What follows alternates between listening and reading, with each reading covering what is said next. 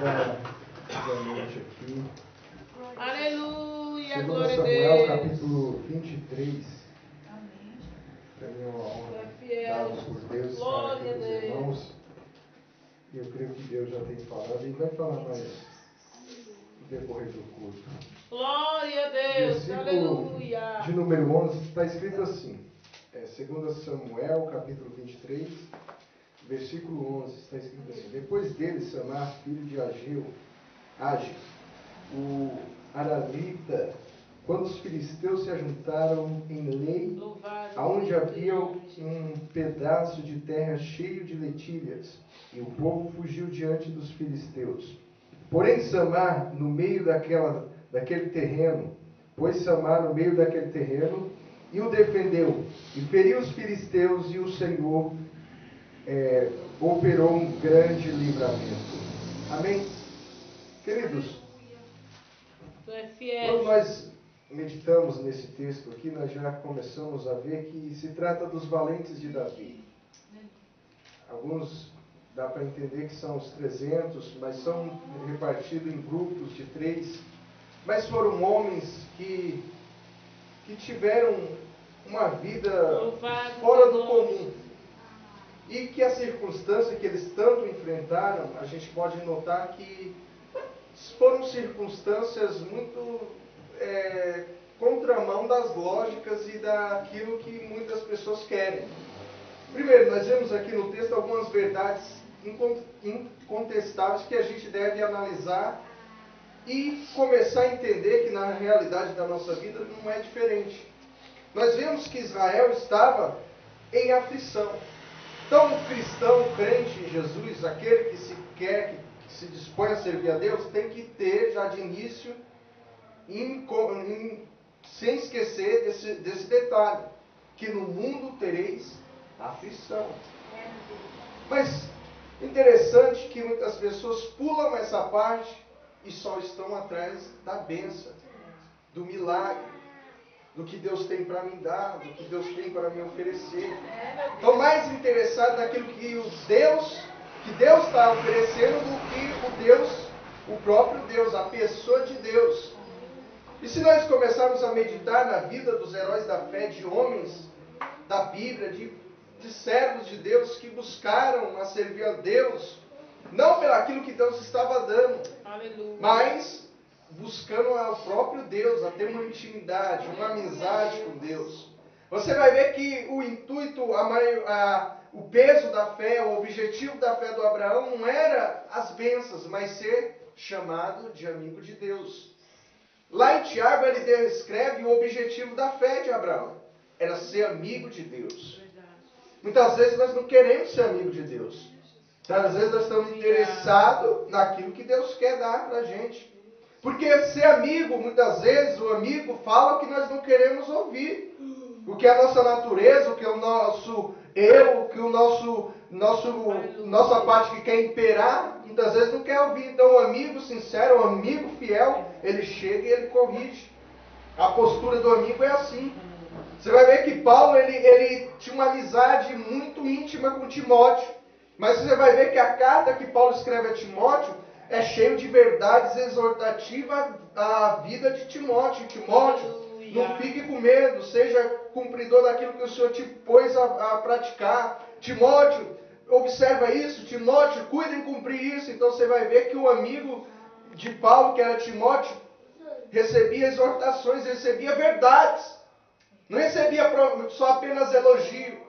Não recebia apenas palavras bonitinhas que ele se sentia alegre. Por mais sincero, objetivo que Timóteo era, ele ouvia verdades que era de suma importância na vida dele, que não deveria faltar. Então na nossa vida é assim. Nós temos que pegar as verdades da Bíblia. Não as meias verdades que se oferecem por aí. Porque lá no jardim do Éden, a serpente, ele chega com meias verdades e ele acaba enganando Eva. Ele acaba deixando ela confusa. Quando nós temos meias verdades, acreditamos em tudo que ouvimos e não somos corrigidos pela Bíblia, não somos exortados pela palavra, não buscamos realmente se é realmente aquilo que muita gente fala, se verdade funciona assim, se não é apenas um aspecto de experiência apenas. Porque o crente não vive apenas de experiência, o crente vive em obedecer a Deus. O Abraão, quando ele sai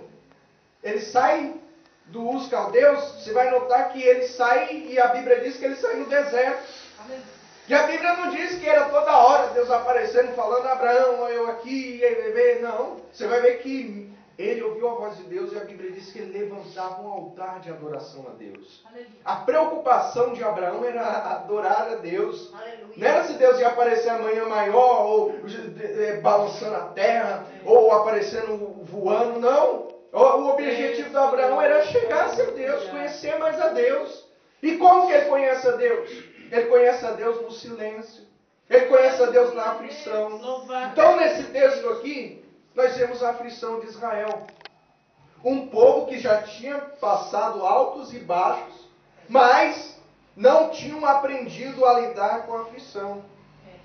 É isso que está muitas vezes acontecendo com a nossa vida, e que muitos aí que vão para o Evangelho, buscam estar dentro da igreja e tudo, mas na hora da aflição, eles não estão eles vão não numa posição de discípulo, mas vão atrás de Jesus na posição da multidão. E você vai ver que Jesus, a preocupação de Jesus com a multidão e os discípulos era muito grande. Toda hora Jesus queria separar os discípulos da multidão. Por quê? Porque a multidão é confusa. A multidão, tudo que ouve, eles acreditam. A multidão não está interessada em aprender para praticar. A multidão está interessada em querer. Tem aí, me dá. Não, ali estão dando, eu vou atrás. Então ele está todo confuso. O que está dando, ele está atrás. Então era isso a multidão, a linha de pensamento da multidão. E Jesus teve a preocupação de separar os discípulos. Por quê? Porque Jesus ensiná-los a lidar com as aflições da vida. Você vai ver que ele manda, Jesus fala para eles, pega o barco, vai para o outro lado. E no meio do mar, o vento era contrário. Então Jesus já começa a ensinar-nos aqui outra verdade, que nem por nós estarmos dentro do barco de Jesus e obedecendo a Jesus, não quer dizer que lá na frente não vai ter um vento contrário. Não, isso não é verdade. Vai ter o vento contrário, sim. Vai ter a tempestade, sim.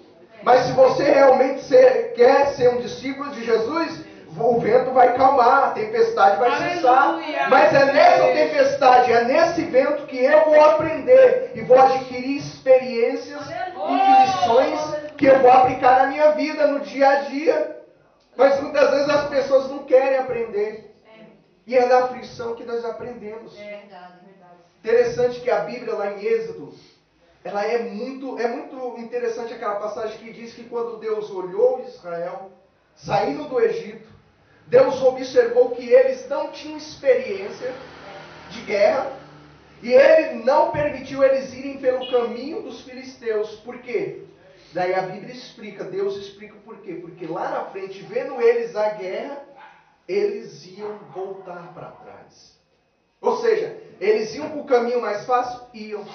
Você vê que no deserto eles levaram, era muito tempo, muitos anos de caminhada, mas no caminho dos filisteus eles iam chegar mais rápido na terra prometida, mas porém Deus conhecendo o coração de todos eles, que eles não tinham experiência, que eles não tinham maturidade para lidar com as aflições. Quando chegasse a primeira aflição, sabe o que eles iam fazer? Eles iam virar as costas para Deus e iam voltar de volta para o Egito. Então, às vezes nós estamos aqui na terra e muitas vezes nós sofremos, muitas vezes nós vemos prova e luta e vem e vai, e muitas vezes nós estamos aflitos e muitas vezes nós queremos dar mais atenção à aflição do que a experiência que eu vou adquirir na aflição. Então, às vezes nós queremos dar mais valor à prova do que o Deus que vai aprovar, do que a lição que eu vou ter ali. Porque é isso que nós aprendemos na palavra aqui. Quando Deus olhou lá, ele já conhecia o coração do povo. O que ele fez? Não, vou levar esse povo pelo deserto. Vou ensinar o caminho a eles. Vou ensinar as experiências para eles. Eles vão aprender através da aflição, de caminhar. Mas eu vou consolar eles. De que maneira Deus consolava? Protegendo eles. Não deixando eles morrer do mesmo jeito que nós. Hoje nós estamos numa caminhada espiritual. Mas o frio nos vence porque o Espírito Santo nos aquece. Aleluia.